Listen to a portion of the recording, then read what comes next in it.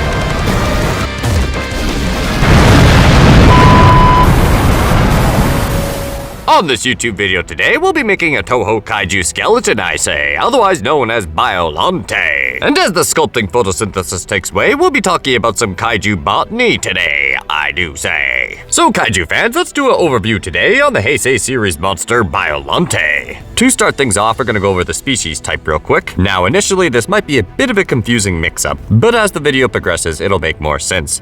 First off, it's a mutated rose human Godzillasaurus hybrid. Its initial height in its flower form is about 85 meters. And in her fully evolved form as a plant monster, she reaches 120 meters. Her weight in flower form is 60 to 100 metric tons. And as a giant plant monster, it can reach up to 200 metric tons. Biollante is a tri-breeded kaiju made from the DNA of a human, rose, and Godzilla. Created by Kazuo Kiyomori and Shinashina Koyashi. Hopefully I did not mispronounce those names. And this monster debuted in the 1989 film Godzilla vs. Biollante. Biollante's first form resembles a giant rose, with a set of uneven, sharp teeth in the center. She has countless vines with small mouths at the end of them, and during this project you will see I only make 4 out of convenience. And she also has a glowing orange or reddish-orange meat sac located in her lower body. That description sounds inappropriate. Do not take that the wrong way. The fleshy sac, referred to as a nucleus, yes, get your head out of the gutter, has many wrinkles and lines resembling a brain. Now, her second form definitely takes on more Godzilla-like traits, such as her crocodilian-like head and a mouth lined with many rows of sharp teeth. So many teeth. Quick side note, the teeth are probably the hardest part, or the least funnest part about this project thus far. As time progresses, you'll see this monster has many teeth, so many teeth, it kind of sucked.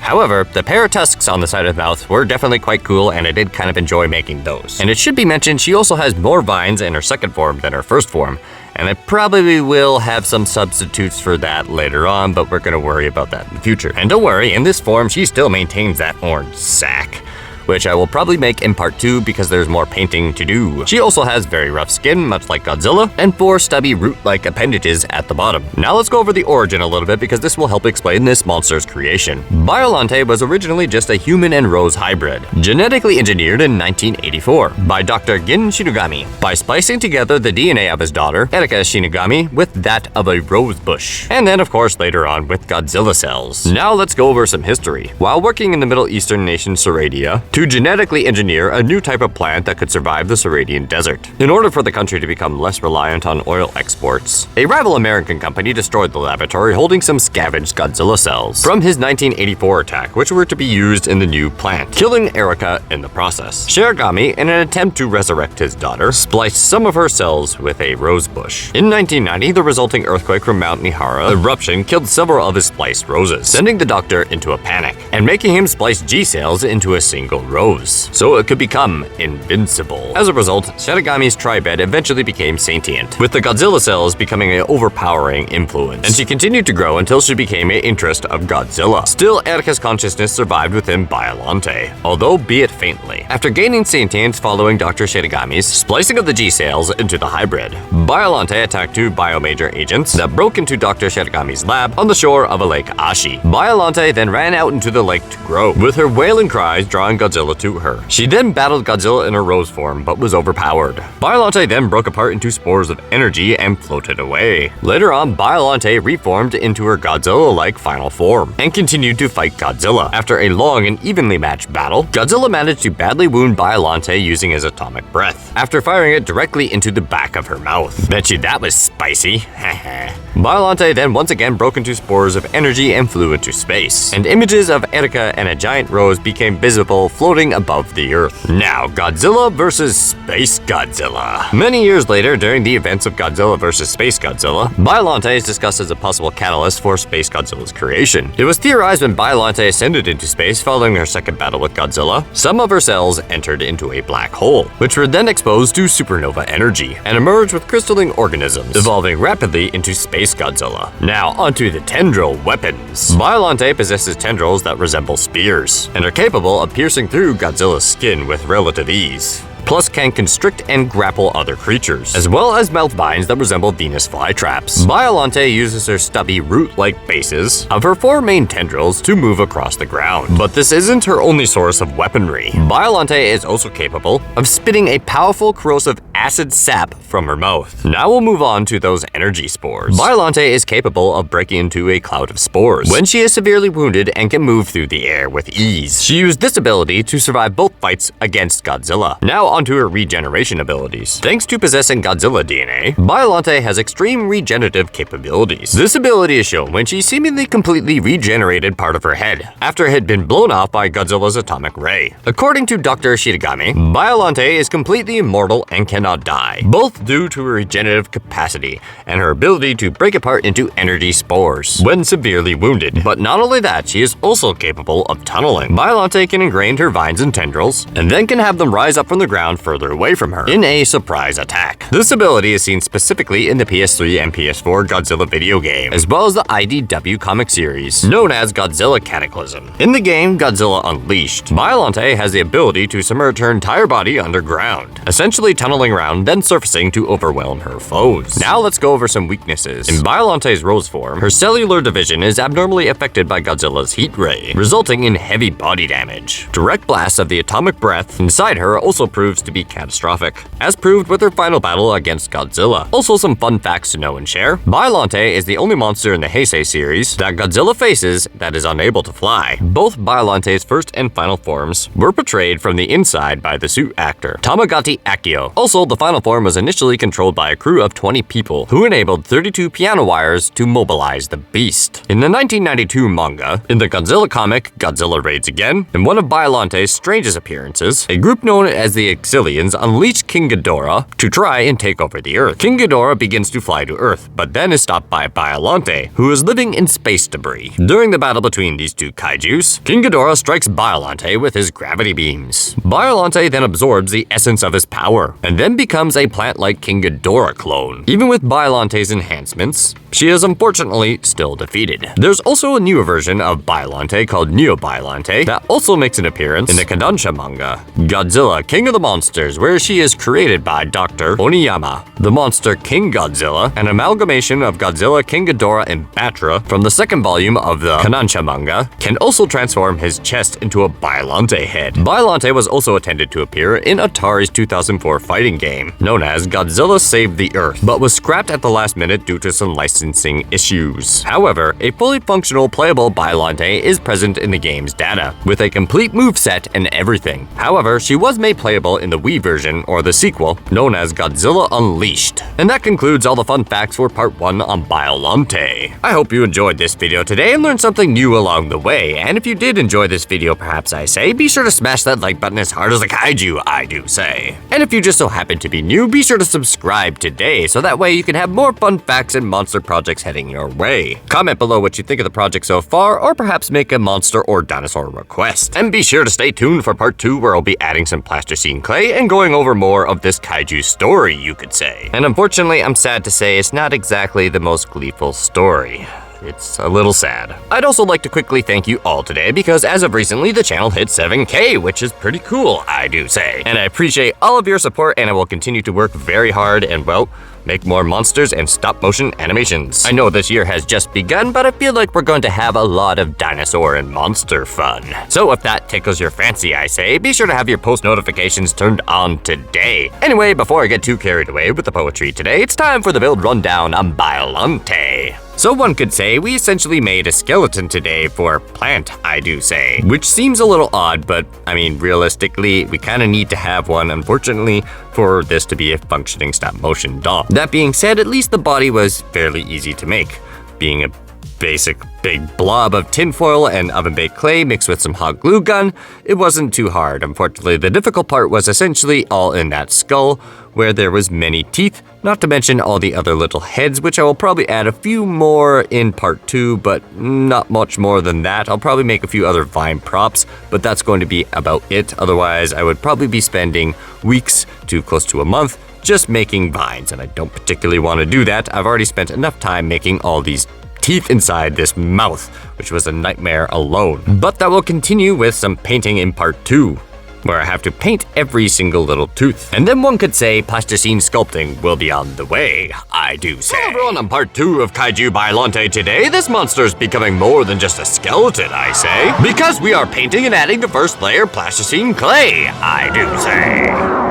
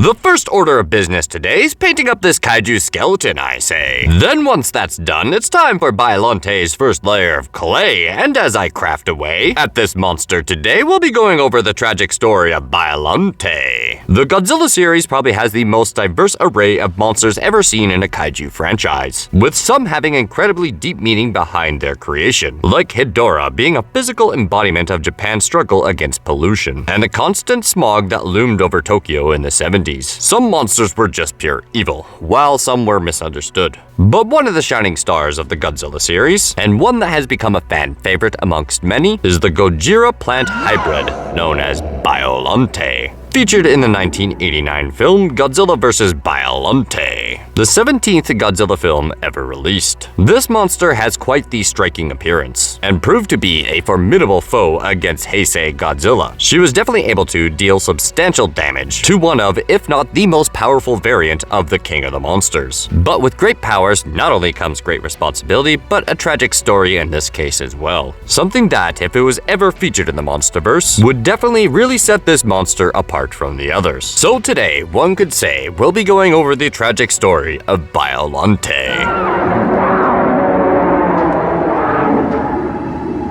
Our story takes place in the following events: the return of Godzilla in 1984, where Godzilla rose up out of the ocean for the first time since 1954 to feed on the nuclear power plants scattered across Japan, where in the end he was eventually lured away and then tricked into plummeting into an active volcano, seemingly sealing his fate forever. Pieces of his skin were found by cleanup crews and then were transported to a lab in Saradia to be researched by a man named Dr. Shimigami. and I'm pretty sure I said that wrong in part 1. Anyways, he hoped to use Godzilla's extreme regenerative cellular powers to allow crops to grow in otherwise uninhabitable areas. For example, desert regions that are common in Suradia. The government hopes that the end result is a reduced reliance on oil exports for profit, and with this can become the world's largest grain exporter. Dr. Shiragami's daughter Erika was also assisting her father in the production of these new immortal plants. But other nations were against the production of this immortality protein, as other nations saw Suradia as a rogue state, as they had ties with terrorist organizations. The US was also afraid of Suradia becoming a global power, therefore threatening their global status. So when an attack was launched by an American-based medical firm called Biomajor, and the lab in which Godzilla cells were located was bombed, killing many of the scientists inside, and unfortunately including Shiragami's daughter. Erika's father was grief-stricken, and for years mourned his daughter's death and wished there was a way to bring her back. Except he actually tried. Unable to let go, he spliced some of her DNA with a rose bush, a symbol of love, beauty, and purity, so he could continue to take care of her even after her passing. This way, he was never truly alone, at least in his mind. Except fate had other plans. In 1989, an earthquake devastated Shiragami's greenhouse, where Erika's rose was sheltered, and unfortunately destroying most of the plant. But in another desperate attempt to keep her with him, he spliced Godzilla's DNA with the rose in a last-ditched attempt to immortalize her and never have to fear about losing her again. And unfortunately, the plan worked a little too well, because not only did the rose thrive, it began to mutate, and then began to turn into something else entirely. It continued to grow at an unprecedented rate, and then eventually gained the ability to control its vines, then destroyed the lab that it was being researched in, killing several people in the process. It then crawled to Lake Ashi, where it took root, and continued to grow. Shiragami, the grief-stricken man who just wanted his daughter back, has now witnessed how his actions have caused the death of others, and left the beautiful memory of his loving daughter, who was kind, courageous, and pure, being tainted and transforming into this horrifying, uncanny monster. An embodiment of how trauma can eat you alive, and it can turn you into something else. Many people who have experienced loss can understand the great pain and suffering that Shiragami has gone through, and how difficult it can be to keep it together in a time of anguish. So they proceeded to get a G-Force psychic to investigate the new mutated plant, and she revealed that Erika's spirit is in fact part of the plant, which comes as both a relief to the doctor while simultaneously being terrified. Could this thing possibly be his daughter? And the new plant was given the name Biollante, after a fictional tree in Norse mythology, potentially referencing the Tree of Life, with living branches that connect the cosmos, the same way Biollante's roots and vines connects the plants to Erika's soul. Whilst this is happening, the volcano that is housing Godzilla is being blown up by Biomajor agents, releasing the slumbering titan from his volcanic prison. So Godzilla now senses the presence of another giant monster. Seeing how Biollante is spliced with the G-cells from the king of the monsters, she is technically part Godzilla, so he sets out to seek and destroy the imposter. Biollante calls out to Godzilla and they cross paths at the lake, where they engage in battle. Biollante then proceeds to attack with its wave of tangling vines, which does constrict and strangle the king of the monsters. But then Godzilla proceeds to blast at her with his atomic breath, which appeared to burn her to death. But that was not the case. She just transformed into a new, more offensive beast, looking more like a vicious Venus flytrap on steroids, opposed to the majestic Rose at first. With her mouth now large enough to fully engulf Godzilla, she then proceeded to brutally battle the Titan once again, and with dozens of vines, each having razor-sharp teeth, she was really able to stand toe-to-toe with the king. But when Godzilla shot his extremely hot atomic breath down her throat, it had unfortunately cooked her from the inside. So in her last breath, or perhaps a last-ditch attempt at self-preservation, Biollante then proceeded to break down into billions of spores that flew into the stars along with the soul of Erika, who is finally free from the monster that she found herself trapped inside. Pun not intended, because this is a suitmation monster we're talking about. In the end, Godzilla vs. Biollante is a story about grief, and how the trauma of losing a loved one can take a hold of you, and essentially turn you into someone you're not. The events of the film occur because Shiragami couldn't let go of the harsh reality of his daughter's death, and clung on to unhealthy and inhumane practices. He eventually met his fate when he was assassinated by a Suradian agent. So in the end, what was it all for? Messing with nature and forces that he didn't fully understand. understand, only led to his demise and the loss of those he loved.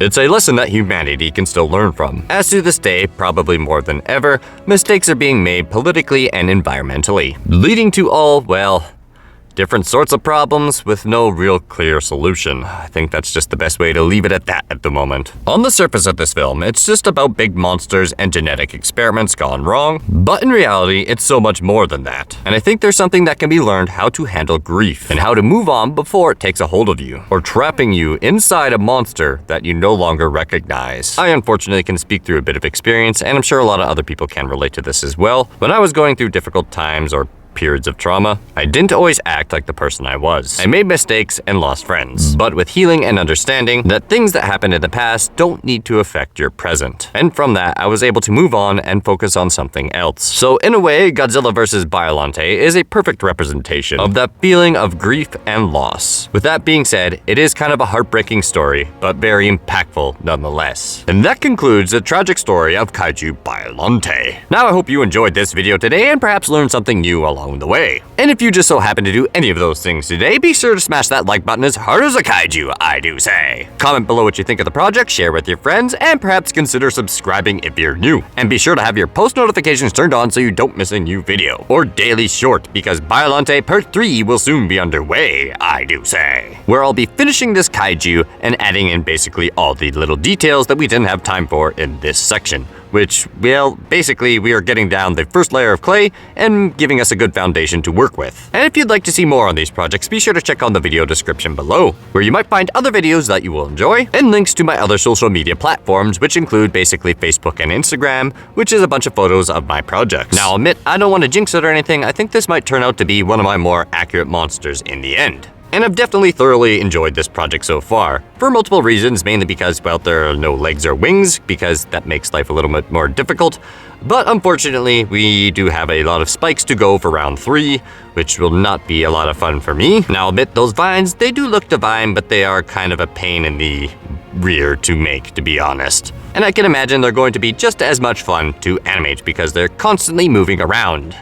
So that'll be an interesting endeavor, but I think it'll definitely look cool. Not sure when I will exactly get the opportunity to do some animations with this character in particular. I do have a couple other clay projects lined up in the future. However, we'll probably be doing some polls to find out what the next monster and/or dinosaur or dragon is going to be. But that will be once this plant is done growing. So if you do have a suggestion for what you would like to see me make next, be sure to start leaving your comments below, because I essentially add points for every, well, suggestion for creature or dinosaur that you make. Now I'll admit there is quite the extensive list of characters, so don't expect it to be done right away. It's usually fairly random order, I do say. But the more active you are, lets me know kind of which ones I should prioritize than, say, some others. Just to try and keep everyone a little bit happy, because I know, well, there's a lot of cool new things coming out, so I'll leave it at that. Cast your votes below. Because now it's time for the Biollante build rundown, yo! Where in part 2, this kaiju became more than just a skeleton for all of you. Started off with a lot of painting today, seeing how there are plenty of mouths to go around, you could say, and so many rows of teeth.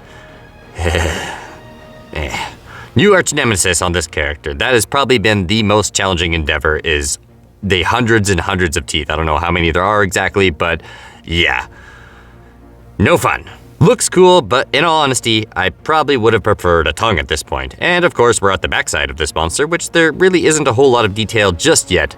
I essentially plan on adding a bunch of textured skin and various vines hanging off this monster in the future. I'm going to have to mix up a little bit more clay and probably mix between different greens just to kind of give it a little bit more texture as well, because right now it's all one green color and that does bother me a little bit. But this is just the first layer of plasticine clay. There will be more to come, I say. Hello everyone, my name is Evan and I like to make stop-motion dinosaurs and monsters. And in Biollante Part 3 today, I'm happy to say we'll be finishing off this kaiju, I say. And as I craft away, we'll be talking about Biollante in the Monsterverse today, I do say.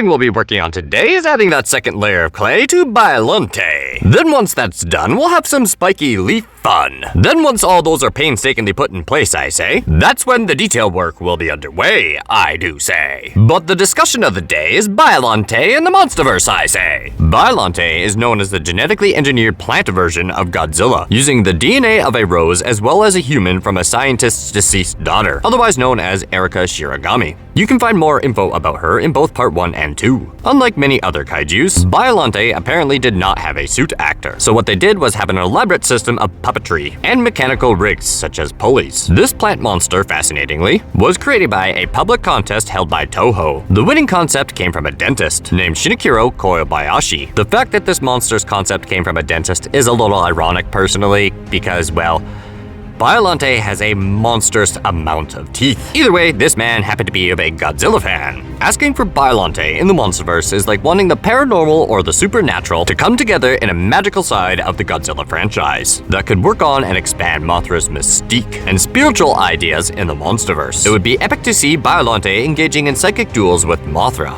Batra, the fairy twins, and Orca holders. So how do you think Legendary Studios would go about planting this monster in the Monsterverse? Well, here at Moose Motion Animation, I thought it would go something like this. So Biollante's origin story can be presented in a number of ways, with a whole bunch of different perspectives. Take this for example. When King Ghidorah loses his head, some of his cells get caught in a cloud and drift off into an Amazon rainforest. These cells then merge with the plants, turning into Biollante. Another possible origin is a lab experiment gone wrong. Scientists mix DNA from both Ghidorah and Godzilla with local plant life, thus creating a mutant plant monster. This happens on an island, so the flora ends up taking over the place. Or we could go with a classic Godzilla twist. Alan Jones' group gets Godzilla's blood and tissue, trying to crossbreed it with plants to make super plants that could make even the most harshest of deserts blossom. But as always in Godzilla stories, things go horribly wrong, and they created a terrifying mutant plant that rose from hell, pun intended. Another way to go about it is Biollante not being the main antagonist, but instead it starts off as a mysterious side character. Biollante changes from a misunderstood creature into an unexpected ally for Godzilla, drawing inspiration from Godzilla vs. Biollante and Godzilla vs. Destroya. However, this narrative has its own unique twist. Now let's assume Legendary names this alleged film Godzilla Bio Wars, in which Biollante and Godzilla initially clash because of a series of misunderstandings and conflicts. But as they face common threats, they then start to see the benefits of working together. Over time, Biollante will become a reliable ally for Godzilla, setting up for future films where they stand together against even bigger threats. In a bold move, Apex decides to create their own Godzilla. They cause an explosion on a Japanese touring boat near Fukushima, collecting DNA from the victims before their organs deteriorate. They then focus on a young girl who had radiation-induced cancer. They then start attempting to fuse her brain cells with roses to create unique plant-based G-cells. But their plan inevitably fails, where one singular cell escapes into the wild, while the rest are destroyed in a Monarch raid. Soon, Monarch gets word of mutated crustaceans and then follows Godzilla to the Gulf of Mexico, where he is purging a town infested with creatures, feeding off a nuclear weapon silo. The crustaceans then begin to merge during the battle, forming a massive monster that challenges Godzilla. Monarch then decides to name this new monster Destroya, which then begins to gain the upper hand in the battle, when all of a sudden, thorny vines then begin to appear, restraining both titans and giving Godzilla a chance to strike back. The vines then begin to absorb the blood spilt from both titans, then proceeding to bloom into a rose-like monster, reaching up to Godzilla's midsection. So, after a fierce encounter, Biollante escapes before Godzilla can cause more harm. Meanwhile, Monarch returns to the ruined Apex base, seeking answers. They discover that Biollante was an experiment involving plant cells similar to Godzilla's, when all of a sudden, Destroya attacks, drawn by the radiation from Argo's nuclear weapons, which was meant to control Biollante. Biollante then intervenes, battling Destroya and collecting its blood before suffering major injuries. As Biollante retreats, Destroya then begins to feed on the abandoned nuclear warheads, growing even stronger. Injured but determined, Biollante follows Monarch to Castle Bravo, seeking a hollow earth tunnel to heal. Meanwhile, a rejuvenated Godzilla heads to confront Destroya, who can now fly and is heading towards Chernobyl for more radiation. As alarms blare due to Biollante's proximity, Godzilla then arrives to assess the situation. Recognizing as Biollante as non-threatening, Godzilla then shows surprising intelligence here by shedding some of his dead skin cells and offering them to Biollante, allowing her to take root peacefully next to the base. With Biollante now settled, Godzilla then departs to face Destroya in what could be the ultimate showdown. In the heart of Chernobyl, Destroya is about to demolish Chernobyl's nuclear power plant sarcophagus. And just in the nick of time, Godzilla and the Argo show up to stop it. The radiation from the site supercharges both titans, leading to an equally matched and fierce battle. However, Destroya does gain the upper hand by absorbing radiation from Godzilla's atomic breath, and retaliates with his micro-oxygen beam, critically injuring the G-Man. Once Destroya is about to deliver the final blow to Godzilla and absorb his radiation, Biollante then appears through a cloud of spores. She engages Destroya after consuming more of Godzilla's dead skin cells. Monarch forces then begin to split their efforts between aiding Biollante and shielding Godzilla, as he recovers, keeping Destroya at bay. During the clash, Biollante then begins to acquire more traits from Godzilla, until she starts to resemble a smaller plant-based version of him. Once Godzilla recovers, he then joins the fight again, giving Biollante the chance to heal. Godzilla and Destroya then resume their battle, with Godzilla finally defeating Destroya with Biollante's newly developed solar beams. And if Pokemon taught me anything, it's that solar beams are OP. After the epic battle, Godzilla gently nudges Biollante, a gesture of gratitude for her support against a formidable foe. Monarch records this friendly moment while they keep watching titans all around the world. Among their observations, they notice a massive cloud of spores floating around the Earth. This natural shield, a legacy of Biollante, protects the planet from harmful UV radiation. She then remains dormant in the sky, ready to spring to action whenever needed. Now, to sum it all up, there's a lot of different ways that Biollante's story could coincide in the Monsterverse. And what you just heard was basically my example of what I think might actually happen. Another possibility is that this plant could be introduced as a sentient plant life form that mainly antagonizes Kong. Biollante could be the Yggdrasil of the Monsterverse, a massive, overgrown reptilian plant with roots all over the globe. She could attack multiple places at once, with her spores infecting biological organisms, causing psychedelic trips that turn them into her drones. Or maybe it won't really go down this way, and perhaps the Monsterverse will never introduce Biollante at all. Considering there's going to be a lot of,